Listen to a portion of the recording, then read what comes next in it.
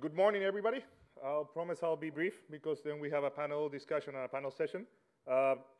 When Thomas rang me up and told me, well, you need to prepare something for the conference, like a lot of the data that I have, unfortunately, is still unverified and confidential. So before putting data that it's not verified, I just tried to sift through what data we could put and how does this all make sense going forward. It was 21st of May 2015, and may I correct, actually the change for football didn't start in 2014, it started in 2013.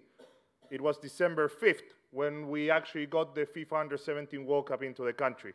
That was a catalyst for a lot of change that has happened for football in India. And I think we would all, or almost everybody would agree on that. And on 21st of May 2015, where we were already almost 1 year into the job, FIFA Chief Competitions and Events Officer Colin Smith came to India, and we did a very similar presentation. By then, we knew what we wanted to do. These were the objectives of the World Cup. More than 23 days of event. One was raising the standards. What we saw on different leagues, on different events that were happening in India, being football or non-football, was not enough for us, was not of an international or world standard, and we needed to change that. The second was to woo the billion, and that's the most important part, and we really did a concerted effort to make that. First, on raising standards. Infrastructure. It's the most visible part of it. 6 stadiums, 32 renovated training sites. I keep telling the same story. I went to an orbit place in Kochi, Bailey Ground. I was with Joy. Probably most of you also know Joy. We were with a measuring tape. We measured. A couple of days later, they found a python. Took them 4 hours to take the python out of the ground. Not joking. That was the state of a lot of facilities and grounds that now you see as World Cup training sites. And why I concentrate on the training sites and not so much on the stadium? Because it is actually on the training sites, on those 32 new grounds, where things are going to happen. Stadium is used once every 2 weeks, or once a week now with Salt Lake and some other stadiums. A training ground is used every single day for community, for schools, for small leagues. Although it wasn't part of the requirement, we made it a requirement that they had to build 2 dressing rooms. Why? Why we made it a requirement that they had to build 2 dressing rooms? What happens when you have 2 dressing rooms? You can have 2 teams playing. You can have a match. You can have a competitive match. So that, from very, very small things, we applied those requirements, and we adjusted those requirements into the Indian reality and what we could do. We also tried to change the focus on athlete-friendly facilities. Athlete-friendly and fan-friendly, not VIP-friendly. When I first started going to the stadiums in this country, it blew my mind how VIPs were the first, second, third, fourth, fifth, sixth, seventh priority, and the athletes were changing in, pardon my French, a piece of dump. You cannot have a sustainable tournament event mistreating the athletes. If we all have a job here, it's because there are 22 guys over there and 3 referees, or 4, or now 5 with VAR. That was our first focus. So on our stadium inspections and on everything, we spent 4 hours looking at the dressing rooms, measuring how much would it be for an ice bath. Where are the water lines so that they can have a pipe to wash their football boots? How is the light? How come you have AC on the changing area, but you don't have AC on the washing area or on the wet zone? Because a player comes out of the wet zone, it's wet, goes into AC. If it's not AC, gets sick. First and foremost, you have to respect the athlete. The athlete is the star. Second, human capacity building.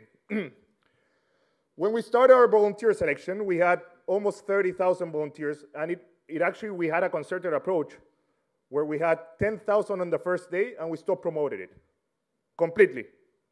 We didn't have the human resources on the LOC, and you would laugh at the budget that we had, minuscule. We didn't have the human resources on the LOC to process that many applications. We could have gone to 200,000. We just stopped promoting it within 12 hours because we had 10,000 applications. Eventually, we got to 30,000 without any promotion throughout and we have that data. And we know that they're all football fans.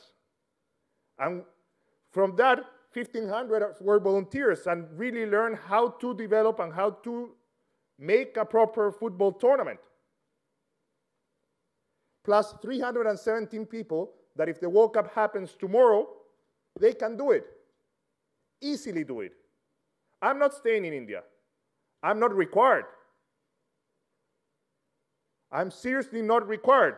I was the only foreigner in the organization. Unfortunately, I had the experience of delivering a World Cup before, and that's why I was brought, because of that experience and because of a lot of documentation that I had. Nothing more than that. 317 people that can just go and tomorrow do a World Cup. And that wealth of knowledge is now expanding into ISL franchises, into I-League teams, into youth grassroots development, into government organizations, into very different things. The most important thing, though, we spoke on the prior presentation, it was spoken about the corporates. I would say more important than the corporates, much more important than the corporates, is government. In India, you cannot get anything done without proper government support. Central government and state government. When I was hired and I came 2014, November, first visit to the States, I said, it's not going to be possible. We're not going to be able to deliver the World Cup. They had no idea. Zero clue. Somebody asked me if 2 India teams could play. India A, India B. Some other one asked me, well, can we play the 52 matches here on a training ground? Yeah. But that capability of state governments was built. We didn't work too much with the state associations. We worked with the state governments. We worked with the chief ministers, with the Department of Sports, with the PWDs, with the Department of Education, with the Ministry of HRD. Critical stakeholders if you want to build a sport. And the fact that Prime Minister Modi is interested in football is not something that came out of the blue. We were speaking to Prime Minister office for 3 years, telling him, football is taking over the country. Football will become the most important sport in the country within the next 15 to 20 years. It is a fact. It's going to happen. So either you guys get on the bandwagon now, or it's going to become too late. He came for the inauguration of the event. The fact that it was an operational nightmare is a completely different ballgame altogether, but it's a statement. When the Prime Minister of a 1.3 billion country comes for the inauguration, he usually doesn't go to too many sports events, comes for the inauguration of a Youth World Cup, it's because football is a strategic sport for government of India, more than any other sport. Why? I'll show you some data. Third, technical expertise. I saw the video of Kochi. I hate it. I despise that video of Kochi. I'm very sorry. You cannot have 60,000 people in the Jawaharlal Nehru International Stadium of Kalur. You cannot. It's criminal. People are going to die. The stadium is not suited for that. We were very strict. We made safe capacity evaluations of all of our stadiums because we are extremely responsible, and because people who are doing events here in India need to be that responsible. Once a tragedy happens, everybody's going to wake up. We were criticized. How can you downsize JNI Stadium to 29,748 people? Well, that's its capacity. It's not 60,000. On that video, you didn't see any aisles. What happens if there's a fire? How are they going to escape? You saw people on the third tier. No people should ever be on the third tier in that stadium. How are they going to escape? If it collapses, what's going to happen? We didn't compromise on that. And that is showing respect to your audience, and to your people, and to your fans. Because one of our objectives that is not mentioned here, when I came, was 0 casualties. And I'm dead serious. 0 casualties from the tournament. We didn't have any casualties on the tournament. And it's a miracle that no casualties have happened on that stadium. We pushed for bucket seats. We did the safe capacity evaluation. And that data is there with all the authorities. They have an understanding of how to give NOCs.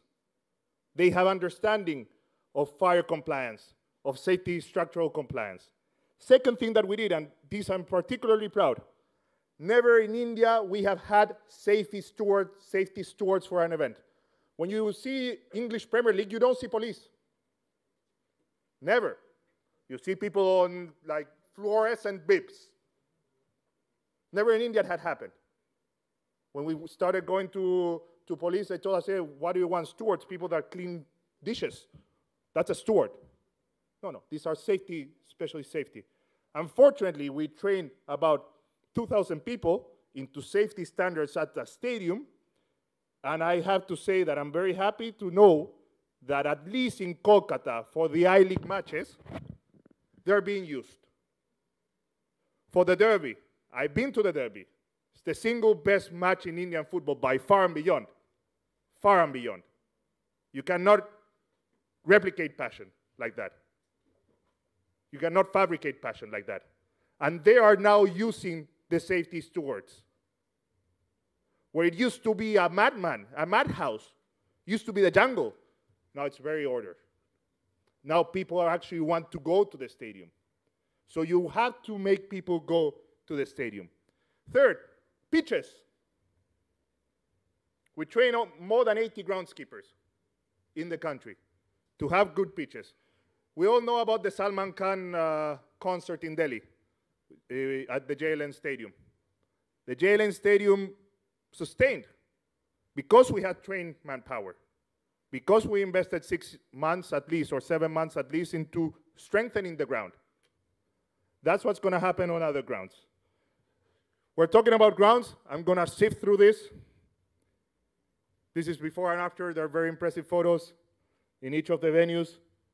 These used to be changing rooms. In the Indira Gandhi Athletics International Stadium in Sarusarjai, Guwahati. How you can you can regard so lowly an athlete? How? Training sites, the most beautiful contribution of the World Cup in terms of infrastructure. Salt Lake Stadium, completely different stadium altogether.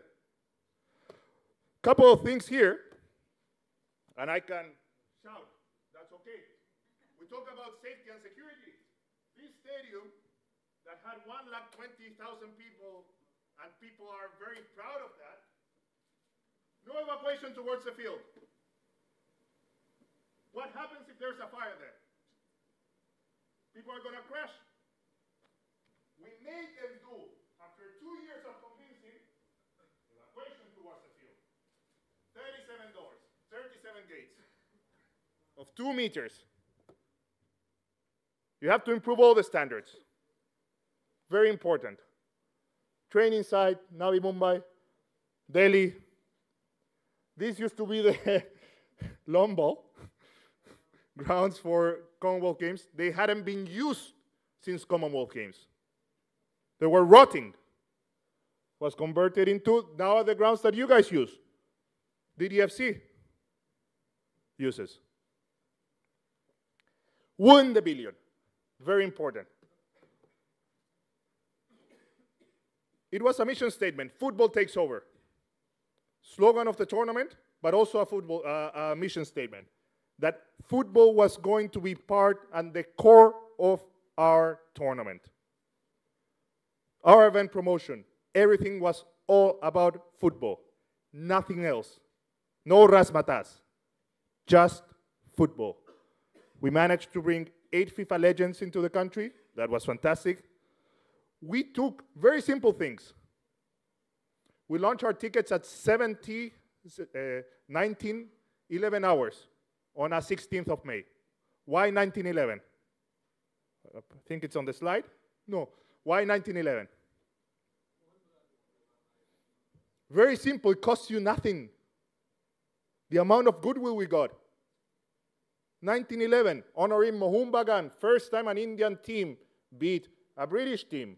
Mohun Bagan versus East Yorkshire Regiment. 2-1 in the Maidans in Kolkata. We recognized the former greats of India in football on the inauguration, wasn't ceremony, but it was all about football, and we gave footballs also to the 11 million kids. We took also a conscious decision to stay away from Bollywood. Very conscious decision, and I'll tell you why. We always thought and perceived that the real heroes and the true core for a football fan is football. You will not get them interested if you have some Bollywood star dancing and prancing. You may get them in to watch, but you will not get them interested if your product is bad. If your product is good and you focus on football, it's going to happen. I got very pissed off when we had a Bollywood star once, and we had Carles Puyol, a World Cup winner, one of the best football defenders of all time. And the Bollywood star expected Carles Puyol to go and say hi, and he got pissed because Carles Puyol didn't go and say hi. Owner of a team, by the way. What is that? I got extremely pissed. And then I immediately said, and I gave clear instructions, we're not having anybody else from Bollywood in any of our events. I don't care. Draw, nobody from Bollywood was there. Esteban Cambiaso and Nwanko Kanu was there. Inauguration ceremony, Prime Minister of the country, 11 former footballers, 11 kids, all about football. And until people realize here that you have to promote football with football, we're not going to get anywhere. That's why we were successful. Because we treated the football fan with respect and with the due respect that it deserves. That the football fan, and out of which there are 640 million that claim to be football fan in this country, deserves respect. Fans, all about fans. Pardon my French again, we screwed up on certain things. It's all on the media. We didn't give water. Yes, we misrepresented the water and the food on the first matches. Completely agree. Take full responsibility and full blame for it. But we tried to make it all about the fans. We kept on improving. 60 rupees, lowest ticket for individual matches. You can go and watch a World Cup final on 60 rupees. Why? We lost money on ticketing. But it generated an amount of goodwill that will generate you revenue eventually. Not today, not tomorrow, but on the long run. We looked at it on a strategic long run. And we had almost 26,000 people for a Youth World Cup. I was on the ground when we had 45,000 people for Japan, New Caledonia, under 17. Japan, New Caledonia. 45,000 people. It's 1/4 or 1/5 of the total population of New Caledonia. It is. It generated goodwill. More attended than the ICC Cricket World Cup 2011. And on the ICC Cricket World Cup, they cheated. And I'll tell you why they cheated. They had 4 hosts. Sri Lanka, Bangladesh, effectively Pakistan, although matches were not played in Pakistan, but they were conveniently done in Mohali, and India. We had one host, and our one host, unfortunately, didn't progress into much larger stages of the tournament. But we made it all about football. And this is where I disagree. That we don't need heroes. We already have heroes. The fact of the matter is that you need to focus on football. And we made it all about kids. We engage 11 million kids, school kids, through Mission 11 Million. And Mission 11 Million is the single largest legacy and contact program that has happened in India and that will happen for Indian football. We changed the perception of the game. I went to about 40, 50 seminars. Do you know that when you go to a seminar with 300, 400 school teachers, they don't know that you can play football here? That you just need a ball, and you just need two markers to make a ball. They think that football is 11v11. Nobody has ever told them that you can play football on a classroom. Nobody told them that you can play football in marshland, that you can play football on dirt roads. Nobody told them that we are benchmarking, or India is benchmarking themselves incorrectly. That India should never benchmark itself to Britain or to Germany. Never. That's complete nonsense. Because in England they have 40 million people or 50 million people with a lot of money for investment. Benchmark against us. Benchmarks towards Chile. Twice champion of Copa America. You know where Alexis Sanchez was brought up? He didn't have anything. So you need to Indianize conditions. And you need to understand what are the conditions in India to ensure that the game is going to develop. We're talking about and with this I'm going to end because I know we're running a little bit that late. We're talking about the footprint of football in the country. Mission 11 Million gave us a very good idea of the footprint of the country. The 4 states that we got most schools for Mission 11 Million. Anybody wild guesses? UP? Bihar?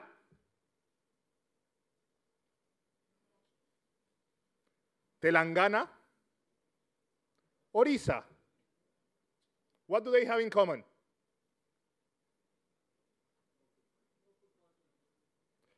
Supposedly, no football culture. Supposedly. I don't know if you saw the news yesterday or the day before. Single best news that has happened to Indian football. UP government. Anybody saw the news of UP government? What happened in UP government?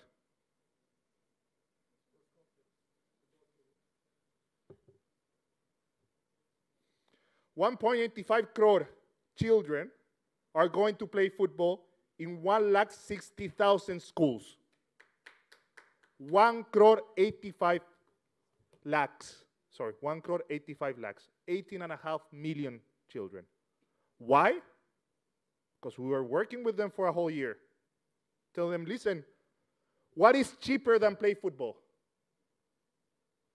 You don't have resources. You're resource-starved. You cannot keep buying bats. Took out my socks. I made a ball. There you go, you play football. And now UP government is going to make a serious investment into making football the sport of choice of UP. Reasons may be very political. I'm very selfish. I don't care. That's when football is going to keep on changing in this country. Yes, we're all happy about the Under-17 World Cup. Came and go, 23 days, England was champion, okay, you'll be able to see, oh, I saw Phil Foden when he's world champion with England. Yeah, it happened. 11 million, that was the real game changer, because now we're going to all the other state governments. We're telling Telangana, oh, UP said 18.5 million. What about you? Maharashtra had a beautiful Mission 1 million, where they gave 1 lakh footballs, particularly on rural areas.